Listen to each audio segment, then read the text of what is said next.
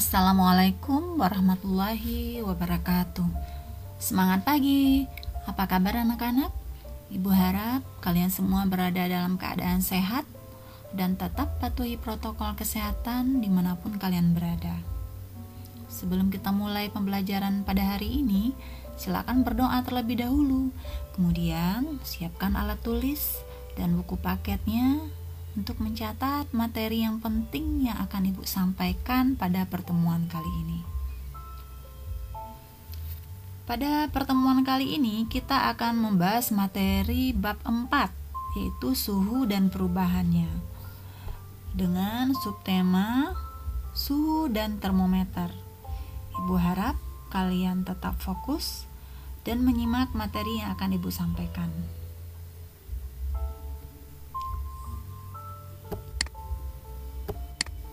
Ya, kompetensi dasar dari pembelajaran pada hari ini adalah yang pertama, menganalisis konsep suhu, pemuaian kalor, perpindahan kalor, dan penerapannya dalam kehidupan sehari-hari, termasuk mekanisme menjaga kestabilan suhu tubuh pada manusia dan hewan.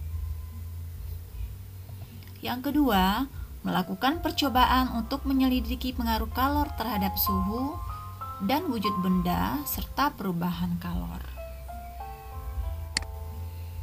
Tujuan pembelajaran pada hari ini yang pertama adalah, setelah mengikuti pembelajaran ini, diharapkan kalian dapat mendeskripsikan konsep suhu dengan tepat berdasarkan percobaan, literasi, dan diskusi. Yang kedua, menyajikan hasil pengamatan dan mengkomunikasikan hasil penyelidikan tentang fungsi alat peraba sebagai pengukur suhu melalui proses mencoba. Yang ketiga, mendeskripsikan jenis-jenis termometer dengan benar berdasarkan pengamatan, literasi, dan diskusi. Yang keempat, memahami cara mengukur suhu dengan termometer. Yuk, anak-anak, coba perhatikan gambar berikut. Pernahkah kalian demam? Ya, pada saat demam, suhu tubuh kita di atas 37 derajat Celcius. Jadi, jika suhu tubuhmu udah di atas 37 derajat Celcius, berarti sudah demam. Suhu tubuh normal itu adalah 36 sampai 37 derajat Celcius. Kenapa pada saat demam tubuh kita terasa panas? Ini disebabkan oleh tubuh memproduksi panas yang lebih banyak dibanding pengeluaran panas oleh tubuh itu sendiri. Panas yang dikeluarkan oleh tubuh kita ini adalah merupakan peringatan dari tubuh bahwa sedang terjadi perang melawan virus atau bakteri patogen yang bisa merugikan tubuh. Nih, pada saat demam, kamu gambar yang mana nih? Apakah orang tua kamu memegang jidatnya untuk mengetahui kamu demam atau mengukur suhu tubuhmu dengan termometer? Nah, apakah tangan atau panca indera itu bisa menjadi pengukur suhu yang handal? Yuk, untuk mengetahuinya silakan simak video berikut. Akhirnya aku tahu. Apakah tangan kita dapat mengukur suhu suatu benda dengan baik? 3 bejana diisi dengan air panas, air keran, dan air es. Lalu, tangan kanan dicelupkan ke dalam air panas dan tangan kiri dicelupkan ke dalam air es. Diamkan beberapa saat. Kemudian, kedua tangan segera dimasukkan secara bersamaan ke dalam bejana berisi air keran. Tangan kanan terasa dingin, sedangkan tangan kiri terasa hangat. Padahal, kedua tangan diletakkan pada air yang sama. Percobaan ini membuktikan bahwa tangan atau indera kita tidak bisa menjadi pengukur suhu yang handal. Buktinya tangan kanan dan tangan kiri pada air yang sama, panas yang dirasakan berbeda.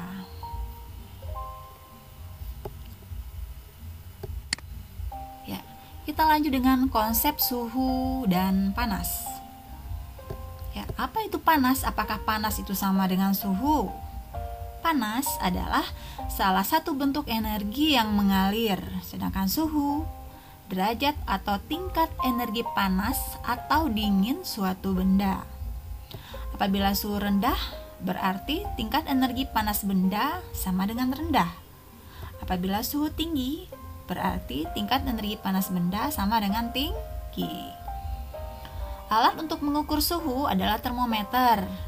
Satuan internasional dari suhu adalah Kelvin, kemudian suhu termasuk ke dalam besaran pokok. Kita lanjut dengan termometer.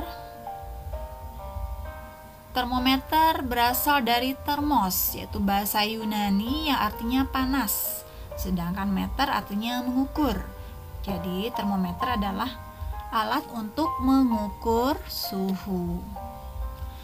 Prinsip kerja dari termometer adalah sifat termometrik zat. Artinya apa? Volume zat akan berubah apabila dipanaskan atau didinginkan. Biasanya pada termometer, pada saat dipanaskan suhunya akan naik, berarti volume zat yang ada di dalam tabung ini juga akan naik. Kemudian energi panas menyebabkan molekul zat cair bergerak jauh, kemudian jarak molekul menjadi renggang sehingga volume bertambah dan masanya tetap. Jadi artinya apa? Dengan perubahan suhu, maka akan merubah volume dari zat tersebut.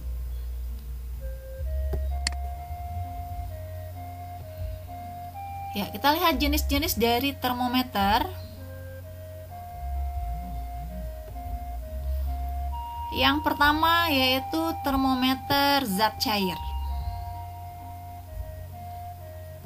Kenapa disebut dengan termometer zat cair? Karena yang mengisi termometer itu adalah zat cair. Zat cair yang biasa digunakan adalah raksa dan alkohol.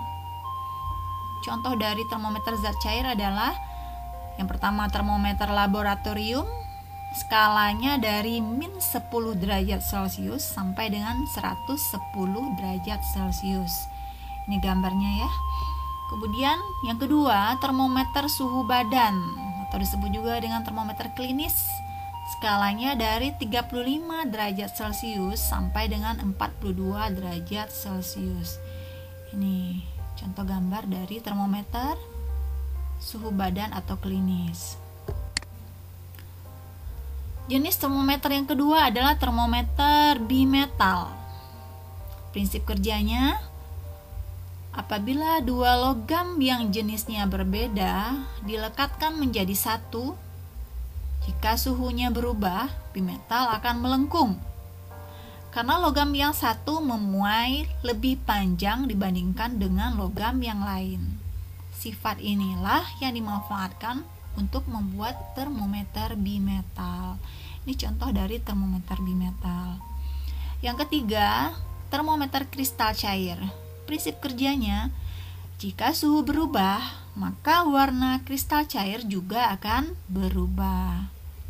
Ini contoh dari termometer kristal cair.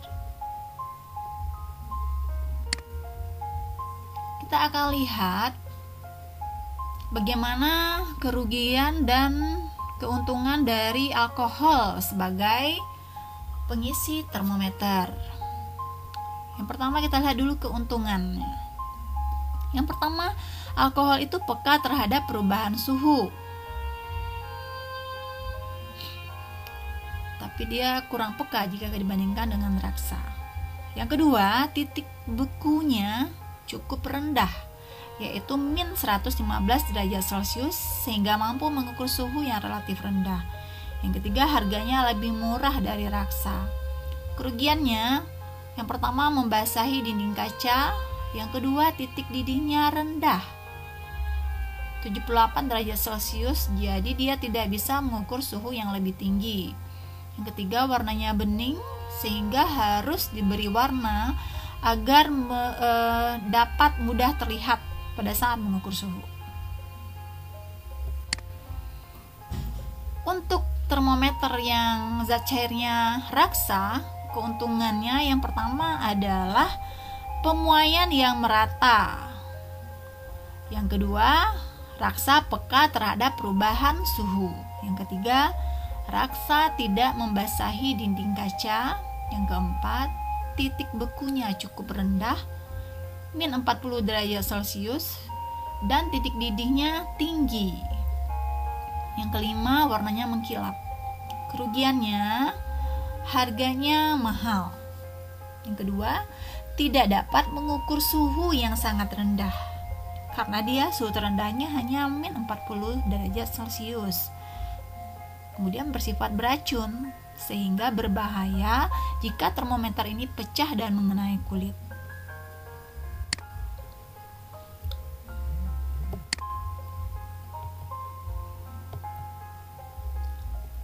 Ya, tadi kita lihat bahwa zat cair yang mengisi termometer itu adalah raksa dan alkohol. Kenapa bukan air saja? Nah, ini alasannya ya. Yang pertama, air membasahi dinding kaca, jadi akan mengganggu dalam pengukuran. Yang kedua, air memiliki sifat anomali. Sebagian besar zat akan memuai jika dipanaskan. Akan tetapi, pada suhu 0 sampai 4 derajat Celcius, air justru mengalami penyusutan. Inilah alasan kenapa air tidak bisa digunakan sebagai pengisi dari termometer. Ya, apa itu sifat anomali air? Ya, kita lihat grafik ini anak-anak. Pada suhu 0, ini adalah volume, pada suhu 0 sampai dengan 4 derajat Celcius terjadi penurunan volume dari air. Sementara kalau raksa sama alkohol itu naik, harusnya naik ya. Nih, pengecualian untuk air, jadi pada suhu 0 sampai 4 derajat Celcius harusnya volumenya naik, ini malah turun. Setelah 4 derajat Celcius, suhunya akan naik. Salah satu akibat dari anomali air, akibat yang menunjukkan kebesaran Tuhan, pada musim dingin, sungai atau laut hanya membeku pada permukaannya saja, sedangkan bagian dalam tidak beku, sehingga ikan dan berbagai biota tetap bertahan hidup di musim dingin. Jadi ada manfaatnya ya anomali air. Ya, sekarang kita akan lihat bagaimana cara menggunakan termometer. Ya, silakan disimak video berikut.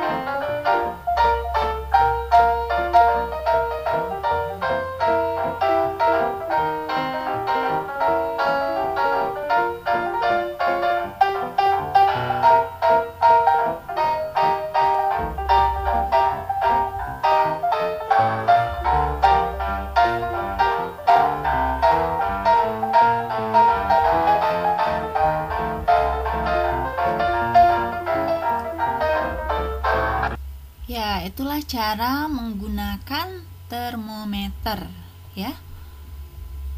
Selesai sudah tentang pembelajaran pertama kita pada bab 4 ini, yaitu tentang suhu dan termometer.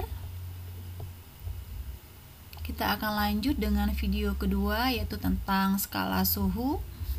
Semoga apa yang Ibu sampaikan bisa bermanfaat. Dan tetap semangat untuk belajar walaupun dari rumah.